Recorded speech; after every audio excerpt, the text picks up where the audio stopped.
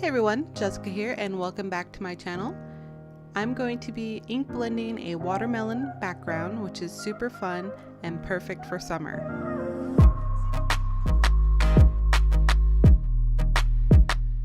So for this card, I'm using a few of the stamps from the Simon Says Stamp Monthly July 2018 card kit.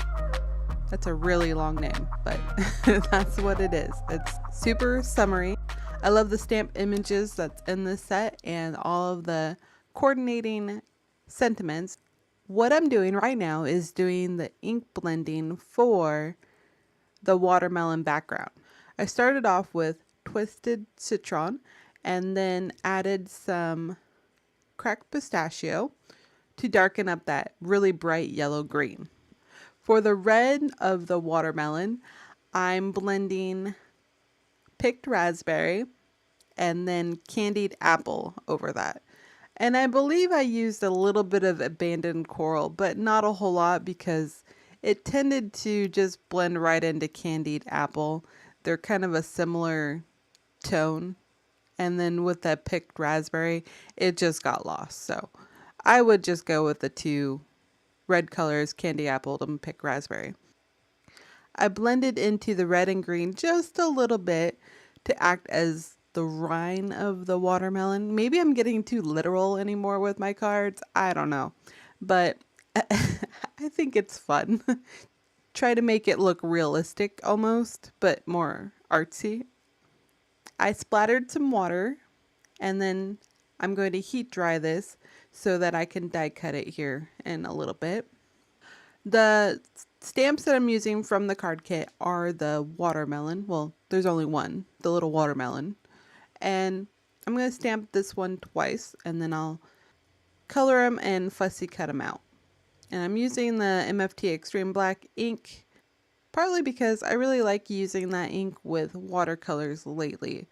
Again, I go through all three of my favorites. I have the Simon Says Stamp Intense Black, the MFT Extreme Black, and then the Gina K Amalgam. I use all three of them very interchangeably. Sometimes I use two of the inks on one card for no particular reason. It's just kind of whatever I grab. So do you have one favorite ink, one favorite black ink that you use all the time? Or do you have several that you just kind of mix like I do? Let me know if you do mix them up like I do, because that way I don't feel so alone. So I'm going to watercolor the little watermelons that I had stamped earlier. And I'm using the same colors as I did for the ink blending, but just watercoloring them with a water brush. This is the Niji one. I find all water brushes are about the same. So whatever you have, use that. I have several different kinds. They all work about the same. I don't really have a favorite. It's kind of like black ink. I'm heat setting the watermelons that I had just watercolored with the Distress Oxide inks. And I'm going to fussy cut them out and save you some time. That way you don't have to sit and watch me do this. I know I fussy cut a lot. These stamps don't come with a die. Well, they do. They have a flamingo die for the flamingo stamp. I lost a very large clip. And I kind of had some troubles with this card while I was filming it, because I kept going different routes. If you saw my Instagram post about the little pizza watermelon, that was my original idea for this card.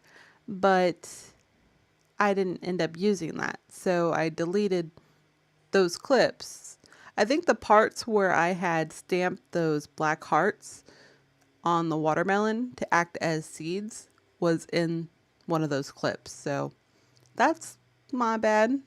And another part that you'll see coming up is where I heat embossed the sentiment onto a circle die cut of vellum. But you've seen that before. So we're going to go with this. I apologize if you have any questions about what I did. Let me know. But I did use MFT Extreme Black Ink to stamp those hearts. I used both sizes that come in the set for the July kit. And I just stamped right over the Distress Oxide ink and it worked just fine. So you can see the circle with the sentiment, and it says you're one in a melon. I used Hero Art's Unicorn Pigment ink, and then I put white embossing powder over it. And it kind of gave it a weird little bubbly texture, which I'm not mad at. I kind of like it. It looks like whipped cream to me, so this totally fits with watermelon, I think. I also cut a piece of black and white stripe. It's like a diagonal from the MFT Black and White Basics paper pad. And I'm going to glue the circle vellum with the Nouveau glue pen. It smells like glue from grade school. It smells like Elmer's glue almost. It's kind of odd. It's got a very strong scent. It's not, you have to get kind of close to it, so it's not like overwhelming, but it is there.